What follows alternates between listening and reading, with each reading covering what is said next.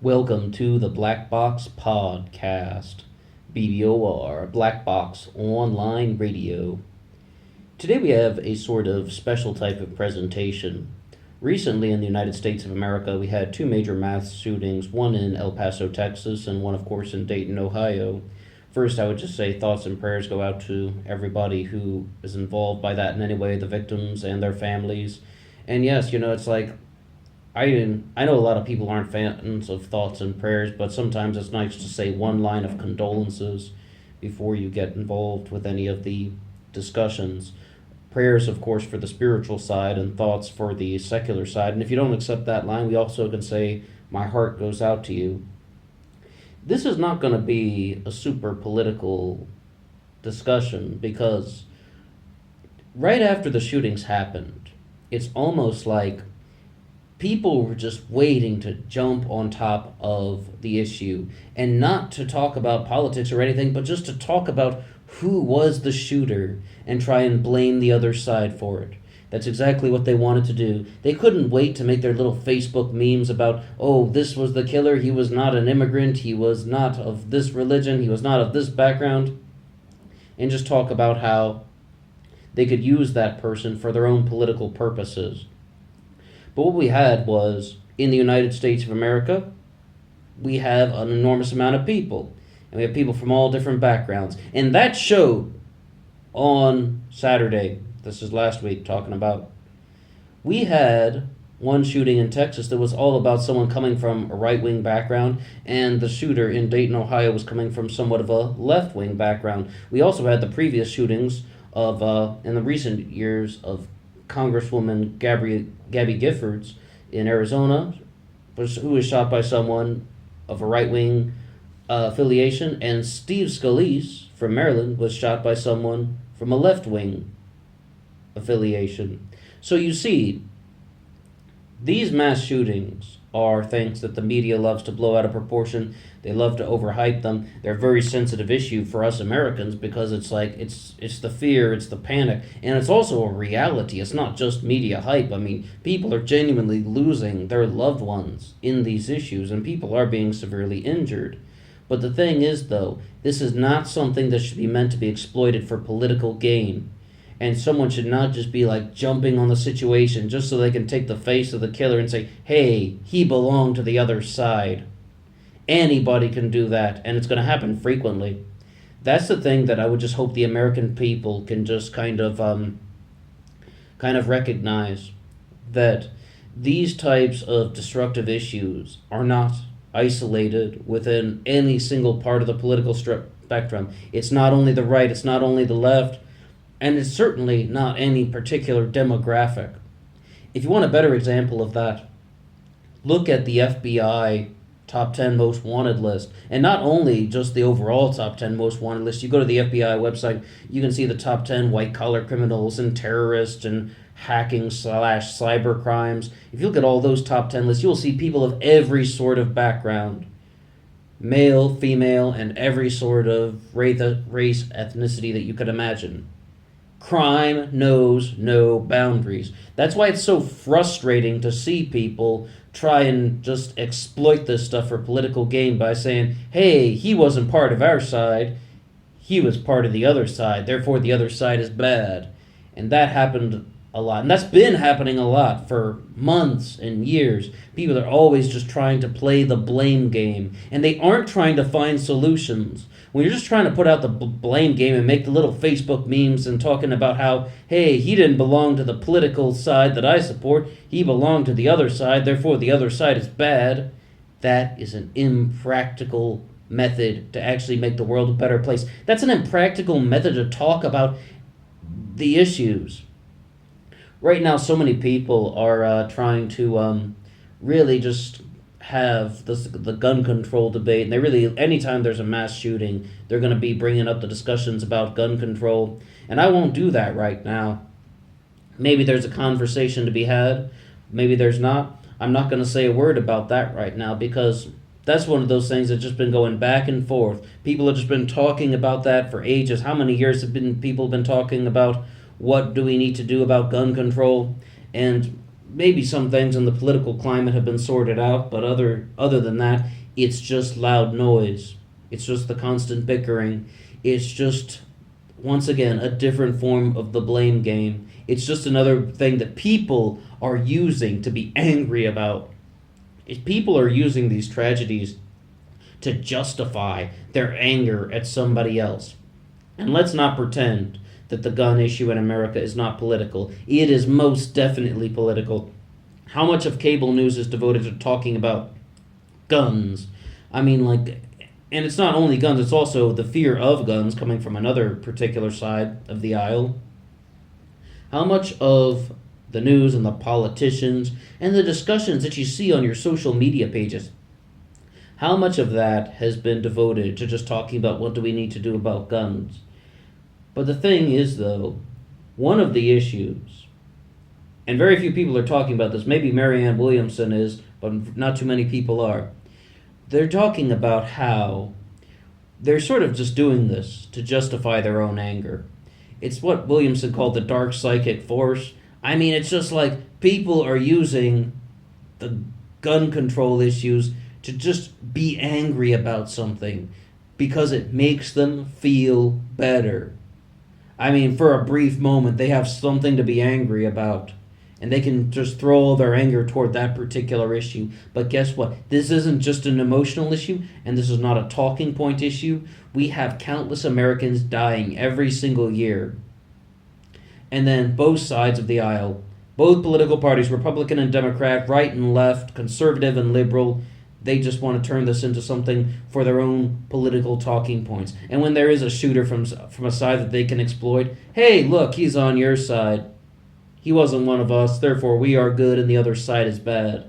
And it is so shameful that partisanship is going to run that deep. It is so shameful that one-sided thinking in America is going to run that deep when you're just going to see that people are going to try and use something like that just to justify the type of political talk they like to hear. Because that's what it is for most of us. I mean, most of us aren't lawmakers. You listening to this now, whoever you are you a lawmaker? You must have some sort of fascination about how the American political system works. That's why you clicked on this thing. But for a lot of us, all we can do is talk. And we need to kind of get more involved with that. I mean, it's definitely, no matter what you think about any of the protests we've had over the last 2 years, we've had a lot of mass demonstrations. We even had one about gun control, the March for Our Lives. I mean, no matter what you would say about those, I mean, I think it's good that people are using their right to protest in a non-destructive way. Some of the bad examples of people trying to protest would be what's going on in the Northwest with the clashes of Antifa versus the right-wingers, and they've become violent. Charlottesville as well, another example of the right to protest that turned violent. And even before that, they're promoting a very destructive message. That would be kind of a bad example of people using the right to protest. But at the same time, if we're going to be looking at what's going on with the mass shootings in America, these are not things that people can just use because they want to get hyped up about something. I mean, you hear that stuff about how after there's a mass shooting, sales in guns always go up because, people just think that maybe they're going to pass the gun control measures and they really want to purchase guns. There's a lot of hype that goes up in that goes along with these things. And it's not only the purchasing of guns, it's also just the countless discussions that people are putting out on Facebook, and it's just that people want to just share anti-gun control materials. But the thing is, though, how do they not see if they keep sharing the stuff all the time and it's not changing things? That means it's not working. I mean, maybe Einstein didn't actually say that thing about insanity is doing the same thing over and over again, expecting a different result, but maybe there's something to that. Been told Einstein didn't actually say that, but maybe there is something to it. Insanity is doing the same thing over and over again and expecting a different result. It's a messy world. Let's not kid ourselves. It's a sick, sad, messed up world. It's also a very destructive one. But for us as the American people, this should be one issue where we should be unifying, not dividing. We should just be viewing this as something that is horrendously destructive versus something that is pro-humanity. If that's the side that you want to choose, I mean, I would hope people would be just choosing the pro-humanity side and just recognize that we have kind of countless individuals who have lost their lives to gun violence. Mass shootings alone never mention anything associated with the gangs, never mention anything associated with just murders. And what about suicides as well? I mean, through the use of firearms. I mean, it's just people have lost their lives to gun violence as well as other forms of violence. Because we said this isn't going to be a pro-gun or an anti-gun message. Countless suicides and murders and just, massive deaths like Timothy McVeigh and Eric Rudolph. They weren't, mass shooters. They killed people with the use of explosives.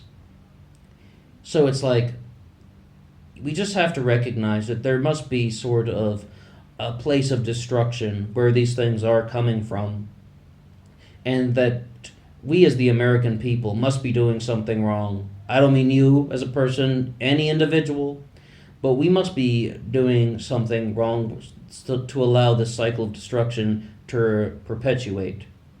Well, what do we do from that? I mean, we can look to this in our educational system.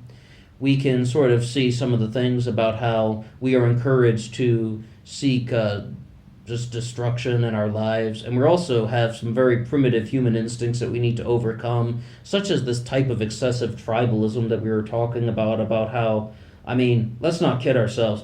Democrat and Republican are forms of tribalism. My tribe is good and your tribe is bad. Except instead of throwing stones, we're throwing insults. And it'll get to the point where someone is not going to only throw insults, they're also going to use bullets.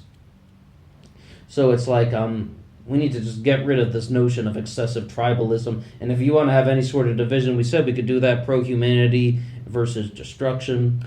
But it's also, in the educational system, how about just some better resources for people, the youth and the teenagers out there, instead of just only saying, oh, if you have suicidal thoughts, call 911. They put that on a few posters and in some of the pamphlets about these things. Yeah, that's a welcoming message that doesn't strike fear into people. And that's the thing, though, that they don't understand about trying to promote messages to teenagers and to the youth. Sometimes what they're offering, what they consider help, can actually be rather intimidating, and it can also contain a lot of fear in it. Like that example we just mentioned, if you ever have thoughts to harm yourself or others, call 911. Most teenagers probably are not going to do that because they associate 911 with ambulances and police cars. It's intimidating. The other things we can do this are just have, more mental resources in the school system in general. We're going to have perhaps an entire class just devoted to mental awareness about how to cope with things like anger and frustration and rejection. And so many times the answer to these things about why the shooting happened is rejection from society. And it's a continuation of the excessive tribal process, but also this person feels very rejected and they don't know how to do anything other than just be destructive. We also can really just have the mainstream media not giving out so many details, like a blueprint about how to commit a mass shooting. Anytime there's a mass shooting, they said, well, here's exactly what he did, step by step. I mean, it's like you're just giving people the model. And there must be some other things out there. But it's just a frustrating time, because the biggest reason to do this upload was not to talk about education. It was just to talk about how no matter what your politics are, these things are not issues that people can jump on just for their own political gain. But our lawmakers are doing that, and our politicians are doing that on both sides of the aisle. And the mainstream media, once again, is not helping. They love these things because their ratings are going to go up. To the few people who read newspapers, they're going to buy more newspapers. But to the many people who watch cable television, they're going to buy more subscriptions, but they're also just going to watch. They're just going to tune in. And you can just hear the type of vitriol from like both sides. You'll turn in and they'll be like, hey, the other side is saying that he belonged to us, but that's not true. Ha, ha, ha. It's just a fractured world we live in. they're just, they can't put down the tribalism for 1 second. They can't put down the partisanship for 1 second. They can't put down the annoying Facebook memes for 1 second. Before the bodies are even cold, they just got to be like, hey, nope, he didn't belong to our side, he belonged to the other side. We are good, they are bad. Social inequality is the drug of the people. Don't let anyone else tell you anything else. Don't listen to Karl Marx about anything else. The opiate of the masses is social inequality, trying to put down another person so you can say that you are above them. And I don't mean you personally, I mean just that figuratively. Because if you're listening to this, you're probably not that type of person. I mean, yeah, if you're going to come out to the far corners of YouTube, you probably have a sense of open-mindedness. But people do that. They put down other people so they can feel better. And they do it in groups too. My tribe is better than your tribe. I mean, just countless times. And they say that their political party is good and the other side is bad. They say that they are the ones who are right and the other side is wrong. Even when it comes to things like mass shootings. Well, that's all we have to say for now. What do you have to say about this issue? I would love to hear any comments you would have on why mass shootings are happening and what do you have to say about them. That's all for me now, and until next